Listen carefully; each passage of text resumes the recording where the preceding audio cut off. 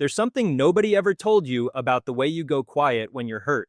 And it's not what you think. It's not coldness. It's not a wall. Science calls it something completely different. But first, I need to say one thing up front. I've worked with a lot of people who go silent when they're in pain, and almost every single one of them came to me carrying the same quiet belief that there was something wrong with them. Today, I want to dismantle that belief, because here's what I've never seen anyone explain properly. The silence isn't coming from who you are. It's coming from what your nervous system learned a very long time ago, before you had any say in the matter. We'll get there. But I want to start with a story. He was 34 when he first sat across from me. Sharp mind, deep awareness, the kind of person who notices everything about other people, about the world, about himself.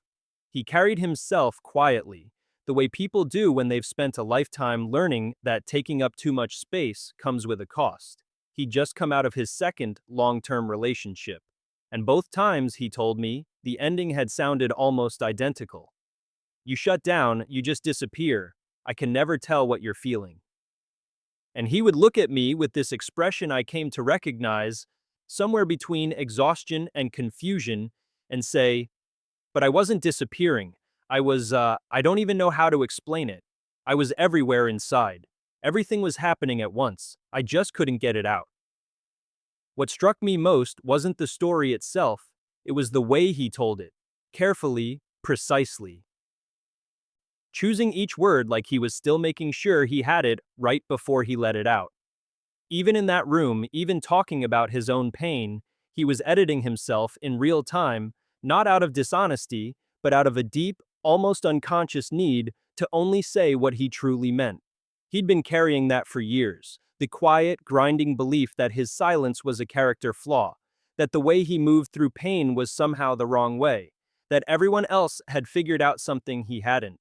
And the worst part, the part that took us the longest to get to, was that the people he'd loved most had, without meaning to, confirmed that belief every time they pushed him to speak before he was ready. What nobody had ever told him, what I want to tell you, is that what he was describing isn't a flaw. It has a name. And it's one of the most well-documented responses in stress neuroscience. You've heard of fight or flight. What almost nobody talks about is the third response in that same system, freeze. It's just as hardwired, just as automatic, just as far outside your conscious control as your heart rate spiking when something startles you. When emotional pain crosses a certain threshold, and for some people, that threshold is lower, not because they're weak, but because they feel more. The brain doesn't mobilize outward. It pulls inward. It goes still. It protects. And from the outside, that stillness looks like a choice, like withdrawal, like not caring. But here's where it gets more specific. There's a region of the brain called Broca's area. It's responsible for language production, for turning feeling into words. And what research shows is that under high emotional flooding, Broca's area goes quiet. The words don't become hard to find. They become neurologically inaccessible. So when someone is standing in front of you saying, just talk to me, just tell me what's wrong, and nothing is coming out, that's not stubbornness. That's not indifference. That's your brain doing something more urgent than language. It's keeping you together. You're not shutting people out. You're holding yourself in, and there's a difference that matters. If this is already making sense of something you've been carrying, subscribe. There's a lot more of this coming, and I don't want you to miss it. Now here's the part that almost nobody on the outside ever sees. When you go quiet, people assume you've gone somewhere. That behind the stillness, there's nothing. No processing, no feeling, no effort. But that's almost exactly backwards. Studies on people who process inwardly under stress show significantly elevated activity in the brain regions tied to self-reflection, memory retrieval, and thinking through future outcomes. What looks like withdrawal from the outside is one of the most mentally active states a human being can occupy. What's actually happening inside that silence sounds something like this. Did I contribute to this? Where have I felt this before? If I speak right now, will it come out right, or will it make everything worse? What do I actually want to say? Is it safe to say it? You're not avoiding the problem. You're stress testing every angle of it before you say a single word. Because for you, speaking before you truly understand what you feel carries real risk. So you wait. until you have something worth saying. Most people see still water and assume nothing is happening beneath the surface.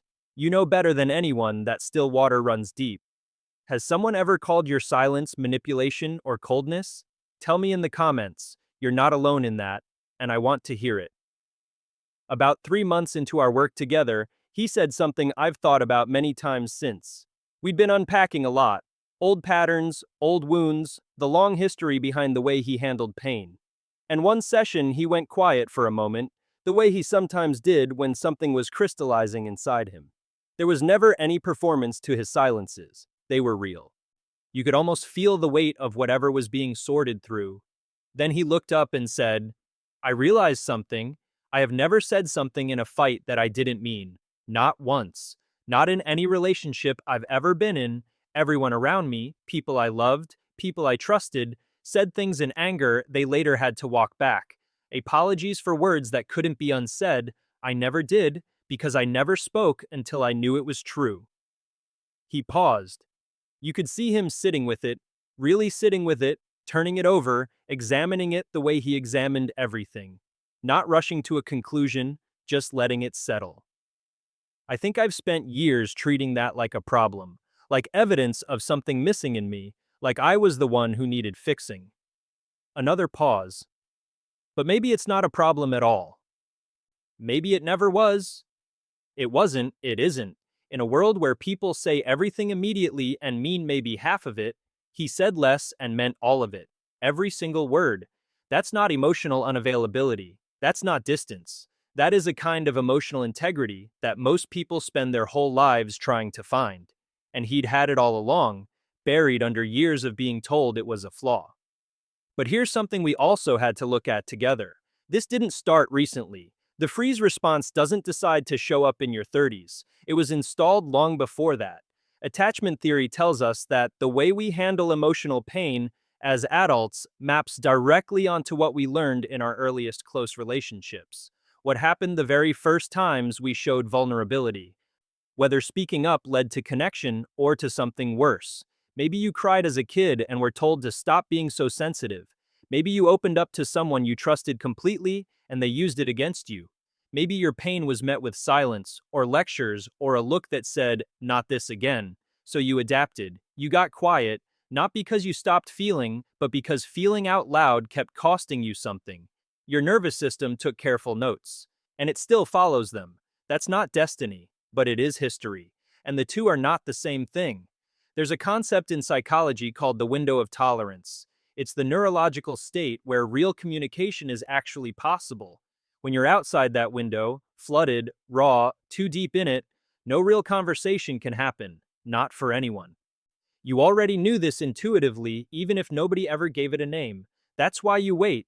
And here's what the research keeps showing. When pressure is removed, when space is given, when that window opens back up, they don't stay silent. They speak with a depth that people who process outwardly rarely reach in the heat of the moment. They just need the moment to cool first. And here's the part that stings a little. The one thing that would actually help you open up is almost always the exact opposite of what you get. People push. They follow you from room to room. They say, you can't just shut me out. This is so unfair. Just talk to me. And every single time that happens, it confirms the very thing you've quietly believed. That your way of processing isn't valid. That your emotions are only acceptable if they're immediate, verbal, and available on everyone else's timeline. What you actually need is the hardest thing to ask for. Patience without pressure. Someone who can sit in the discomfort of your silence and trust that you'll come back. Someone who doesn't make your stillness about themselves. And the people who are actually built to go the distance with you, they'll learn that. They'll sit in your silence without fear. Not because they have to, because they already know what's on the other side of it. Subscribe if you want to keep going. Next week, I'm getting into why the people who feel the most are often the ones who show it the least. And it connects directly to everything we talked about today. So let me bring this back to where we started. You go quiet when you're hurt because your nervous system is protecting you. Because freeze is a survival response, not a character flaw. Because Broca's area goes offline under emotional flooding, and the words aren't gone, they're just temporarily out of reach. because you learned somewhere along the way that holding pain inside was safer than letting it out. And because part of you is always quietly trying to protect the people you love, even from your own unprocessed reactions. You are not cold, you are not broken. You are not someone who doesn't know how to love. You are someone who feels things with a completeness that most people never access, and who takes the time to understand what they feel before they speak. In a world that rewards whoever reacts the fastest and the loudest, that quiet, careful, considered way of moving through pain will never stop being misread by the wrong people. But the right people, the ones built to go the distance with you, will learn to read your silence correctly, not as distance, but as depth. And one day, maybe not today, maybe not soon, something will shift. You'll be in a moment of hurt, and instead of the familiar shame about going quiet, you'll feel something steadier, a kind of recognition.